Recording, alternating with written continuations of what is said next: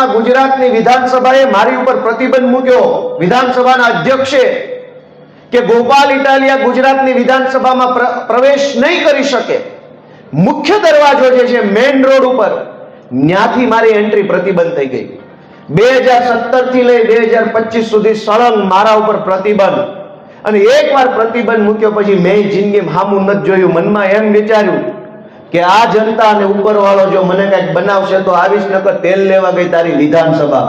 અમારા ખાનદાનમાં કોઈ વિધાનસભા નથી જોઈ તો અમે ભૂખ્યા નથી મરી ગયા ને તોય અમારો જન્મ થયો છે. તો નહીં જોવી તોય અમારા છોકરાય થાય ને એના છોકરાય થાય ને મોજથી રહે.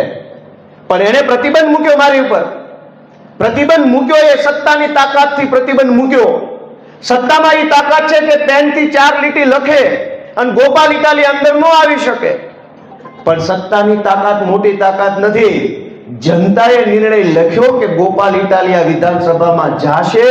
તો આ વખતે જ્યારે હું વિધાનસભામાં ગયો તો વિધાનસભાના અધ્યક્ષે 3 કિલોનો ગુલદસ્તો આપીને તમારું અહીંયા સ્વાગત છે એમ મને કીધું.